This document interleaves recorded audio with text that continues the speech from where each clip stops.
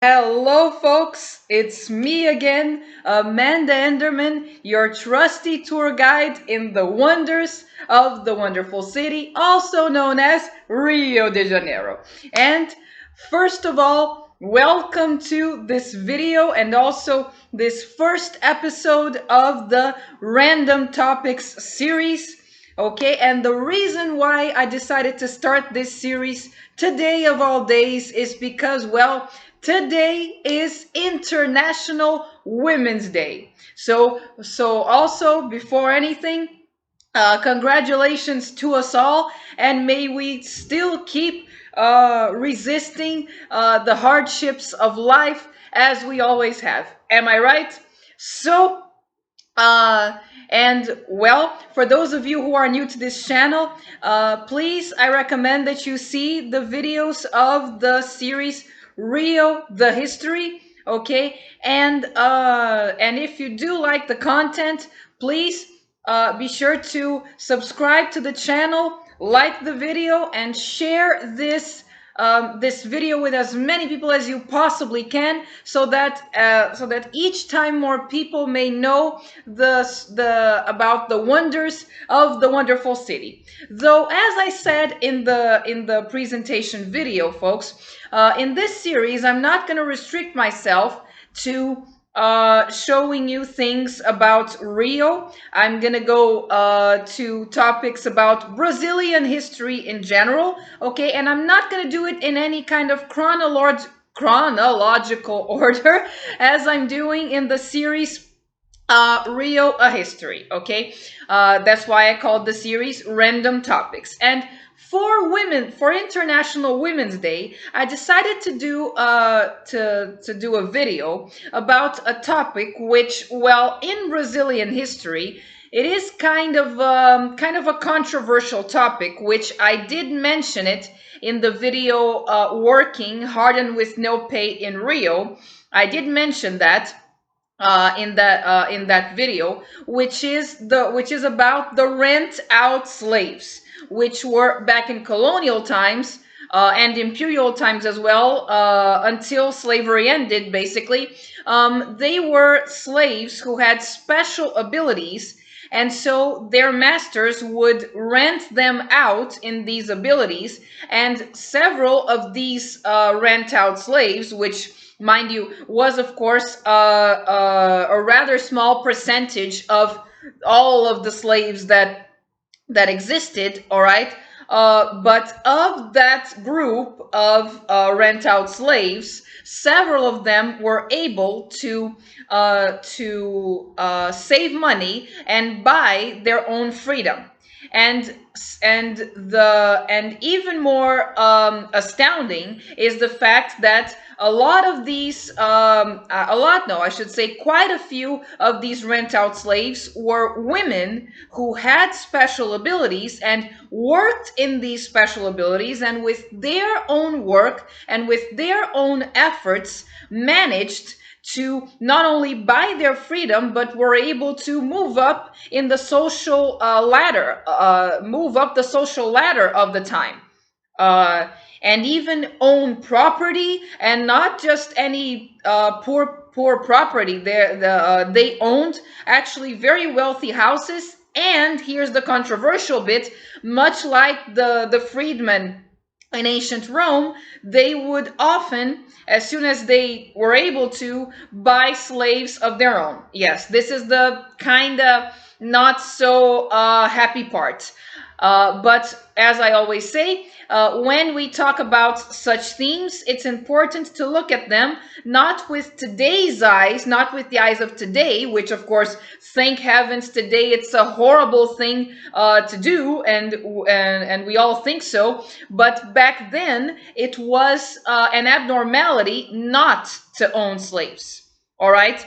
But today, since it is International Women's Day, I would like to pay homage to these women who began as being literally the lowest of the low in colonial and imperial Brazilian society, all right, and managed to not only resist to such hardships, but also to beat those hardships. Okay, so this happened. Okay, all of this, that these women and men as well were able to do this, to move up the social ladder, as I was saying, began in the 18th century. And yes, this had to do with the discovery and exploration of gold, as I mentioned in the Making a Buck in Rio Part 2 video, because the once Brazil started exporting gold to Portugal, the small commerce was able to develop, and with the small commerce developing, this made it possible for people of lower classes to move up the social ladder. So our first example of this video is actually a couple, okay, which truly, this couple, I mean, even today, set a very good example. And well, as with all the examples, I hope that this inspires you, especially in such hard times as we are facing nowadays, to rise above these hard times and make something of yourself, even during these hard times. At least for me, whenever I'm feeling like life is, kicking me right left, giving me a right left kick, I always go to these figures of history who also got themselves a right left kick and managed to gather themselves together again. So our first example of this is actually a couple, and the protagonist is the guy, not the woman. But even though they still mentioned her in the book that I took this from. So the guy's name was João Antônio do Amaral, and his wife was Catarina do Espírito Santo. And it's the story goes that after he was able to save money and buy his own freedom, he married her, and he started making a living out of his job as a barber and a drum musician, a musician that played drums. All right. And also, but it does mention that both of them, okay, they not only freed their slaves, the slaves that they acquired, but also they made donations for the sisterhoods of São Domingos and Santo Antônio da Moraria da Sé. So absolutely follow this example. Work hard so that you can become, so that you can better yourself. But once you're at the top, don't forget those who are at the bottom. And absolutely, if you can, do charity work. So this is what this couple did. And this, mind you, back in colonial Brazil.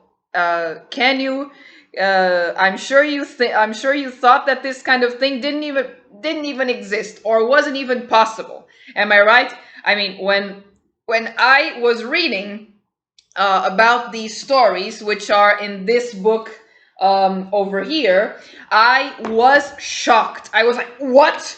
Because seriously, they hardly talk about this in schools in Brazil. And I wonder why. There are great lessons to be learned from these people. So here I am telling you.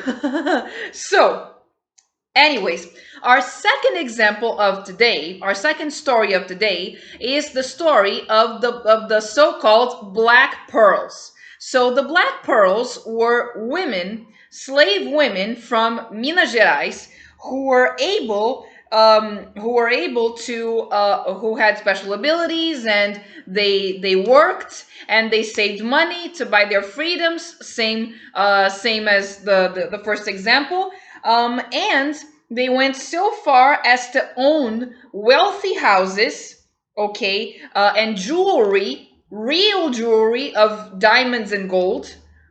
All right. And And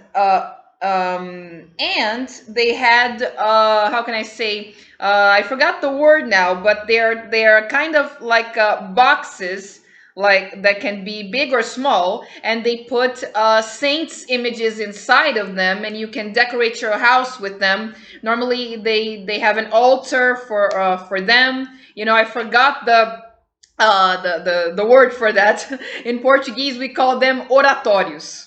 All right, and in old times, it was very traditional for people to have at least one of them with at least one saint image at home. So you can see nowadays older people still have them in their houses sometimes.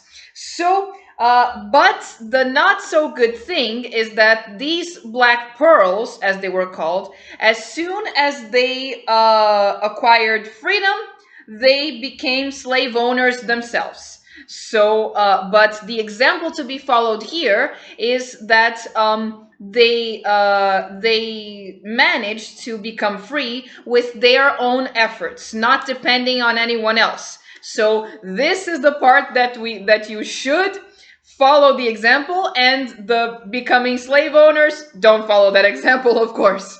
All right, as I always say, one of the main purposes of history is so that we can copy the things that were done right, and not repeat the things that were done wrong. Am I right? So, our third example of today is an ex-slave who was illiterate. Yes, you heard me right. She was illiterate, and yet she was from Vila do Príncipe, which is the current city of Cerro in the state of Minas Gerais. And in her house, the liquor and juices were served in bottles and cups made out of crystal. Okay, so very, very expensive stuff. And the fine chocolate was melted in a special recipient for that, and was served with now I forgot also the name for this, but in Portuguese we call it pão de ló, and which was made in a special recipient for that. And she was so wealthy, but so wealthy that she slept in a bed which the base of the bed was made of jacaranda wood, which to this day is a very, very expensive wood. Okay, so you can imagine how wealthy she was, and she went even further, to the point of not only owning 27 slaves, but also another 10 slaves, which these 10 she was able to give as a gift to a daughter of hers. So you can see that, and it doesn't mention in the book that she got married or acquired this with the help of any men. So once again, another example of independence. But as with the black pearls, don't follow the example of owning slaves. Absolutely not, by any means. All right. And our last example of today, I'm taking right from the book, so you can see that I'm taking right from the book, so you can see that I'm not making it up or anything like that, because a lot of people, when I say that, they say, "Oh, these are false allegations. It's fake news and all of that." So here you go, folks, straight from the book. All right, so it's actually a very interesting story about two women, which one of them was not a slave, but the other one was. And the woman who was not a slave, which was called Maria Antonia do Rosário, she knew a slave which was called Lucretia. Okay, and she knew that Lucretia was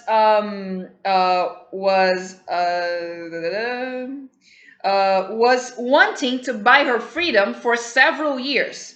So Lucretia um, proposed to I'm not sure if it was to this other lady or to her, and then they both proposed it to her boss, to her master, that is, or both, but they agreed.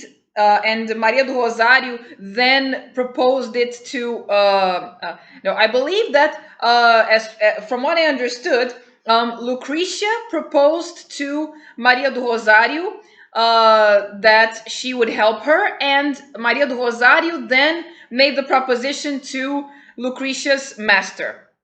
All right.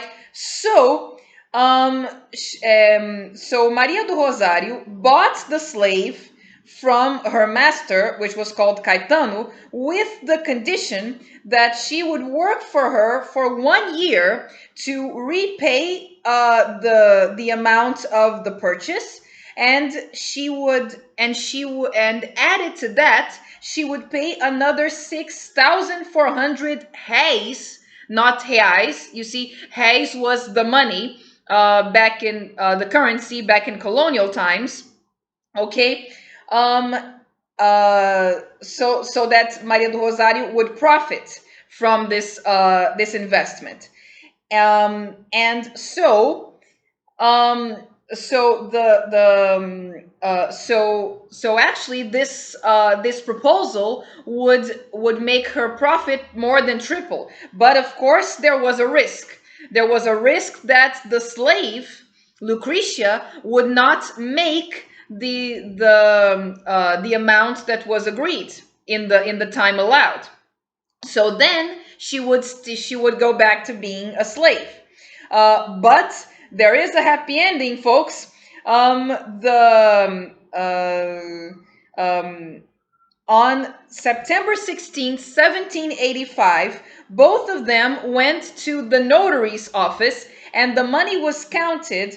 And the total amount that she was able to make Lucretia with her work was 40,400 reais. And so she was able to buy her freedom. So this over here, this last one, I believe, just screams of National Women's Day, because this is a story of two women, one which wasn't a slave and the other one which was a slave, helping each other. All right. So this is and my God, if this doesn't inspire you, I don't know what will. Oh, and incidentally, this lady Maria do Rosario, she let me look for it here. She made a living buying products at low prices and selling them again at a higher price and with interest. So this is her own income. She did not depend on her husband doing that. So, and this was also back in colonial times. All right. So, once again, I hope these stories will inspire you. And well, I'll see you in the next episode or in the next video of the channel. Bye.